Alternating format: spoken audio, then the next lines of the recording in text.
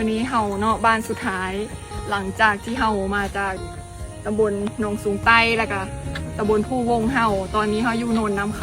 ำค่ะบ้านสุดท้ายเด้อมื้อนี้5 โมงถึง 6 โมง 20 นาทีนะคะ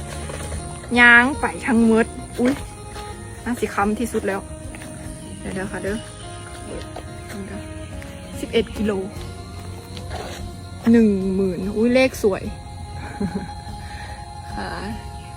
11 กิโลเกือบ12 กิโลนะคะ ของมือนี้2 ตำบลเนาะจ้ะ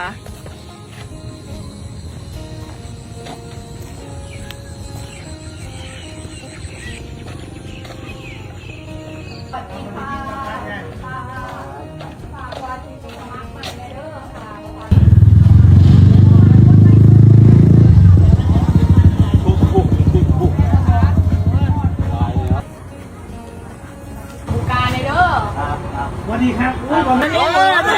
ฝากกดไลค์กดแชร์ค่อยได้แล้วค่อยได้ค่อยได้เลยสาวเออว่าใครที่แผนยกทิ้งแล้วก็ไอ้นั่นเขาดูเขาการอายุวันเลยใช่วันนี้เราปัจจุบันเองต้องแยก เช็คอินตลอด